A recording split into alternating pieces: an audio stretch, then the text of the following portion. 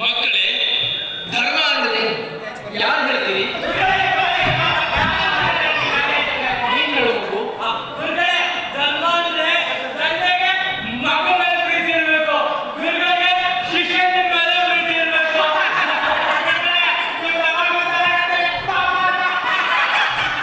ಮಗು, ಇದರಲ್ಲಿ ಕಲಹತೆ ಇದೆ.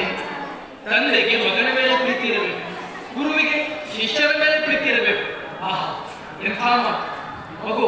ಹಾಗೆ ವಿದ್ಯಾರ್ಥಿ ಆದವನಿಗೆ ತಂದೆ ಗುರು ಇವರಿಬ್ಬರ ಮೇಲೆ ಪ್ರೀತಿ ಭಕ್ತಿ ಎಲ್ಲವೂ ಇರಬೇಕು. ಮಗು, ನೀ ಹೇಳಮ್ಮ, ಧರ್ಮ ಅಂದ್ರೆ ಏನು?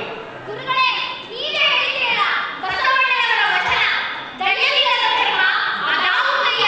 ದಯವೇ ಬೇಕು ಸಕಲ ಪ್ರಾಣಿಗಳಲ್ಲಿ, ದಯವೇ ಧರ್ಮದ ಮೂಲವಯ್ಯ. ಮೂಲಸಂಗಮದೇವ ನಂತಲ್ಲ ಬದಲಯ್ಯ. ಧರ್ಮ ಎಂದರೆ ದಯೆ, ಪ್ರೀತಿ, ಕರುಣೆ. ಇದಿಲ್ಲದೆ ಧರ್ಮ ಯಾವುದೂ ಇಲ್ಲ. ಹೌದು ಮಗು. ಗುರುಗಳೇ, ಹಾಗಾದ್ರೆ ಬಸವಣ್ಣನವರು ಯಾರು ಗುರುಗಳೇ? ಅಯ್ಯ, ತಟ್ಟಿ ತಟ್ಟಿ ಬಸವಣ್ಣ ಅಂದ್ರೆ ಎತ್ತು ನಮ್ಮ ಜಾತ್ರೆಲ್ಲ ಪೂಜೆ ಮಾಡಲ್ಲ, ಅದೇ ಬಸವಣ್ಣ.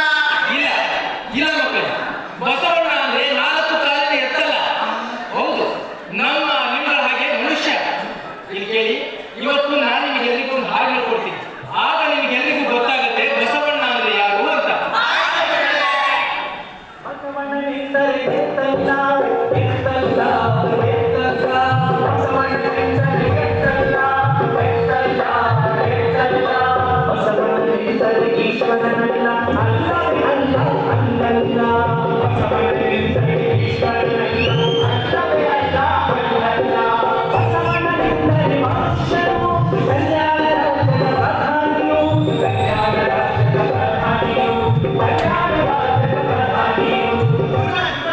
ಬಸವಣ್ಣ ಅಂದ್ರೆ ದೇವರಾಗಿದ್ರೆ ನೀನು ಹೇಗೆ ಭಾವಿಸುತ್ತೀಯೋ ಹಾಗೆ ಮಗು ಬಸವಣ್ಣ.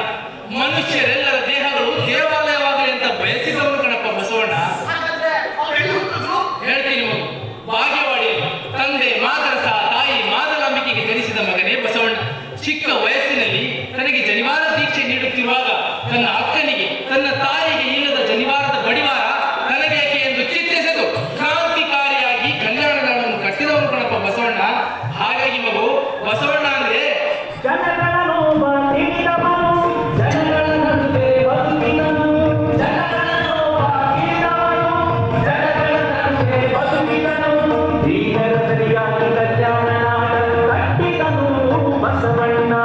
ದೀನರ ಸರಿಯಾಗಿ ಕಲ್ಯಾಣ ನಾಡನ್ನು ಕಟ್ಟಿದನು ಬಸವಣ್ಣ. ಅಣ್ಣನಾಗಿ ಸಂತೈಸಿ ಬಂಧುವಾಗಿ ಕೊರೆದವನು. ಅಣ್ಣನಾಗಿ ಸಂತೈಸಿ ಬಂಧುವಾಗಿ ಕೊರೆದವನು.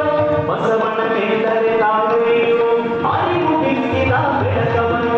ಬಸವಣ್ಣನೆಂದರೆ ತಾಳ್ಮೆಯು ಅರಿವು ಬಿತ್ತಿದ ಬೆಳಕವನು.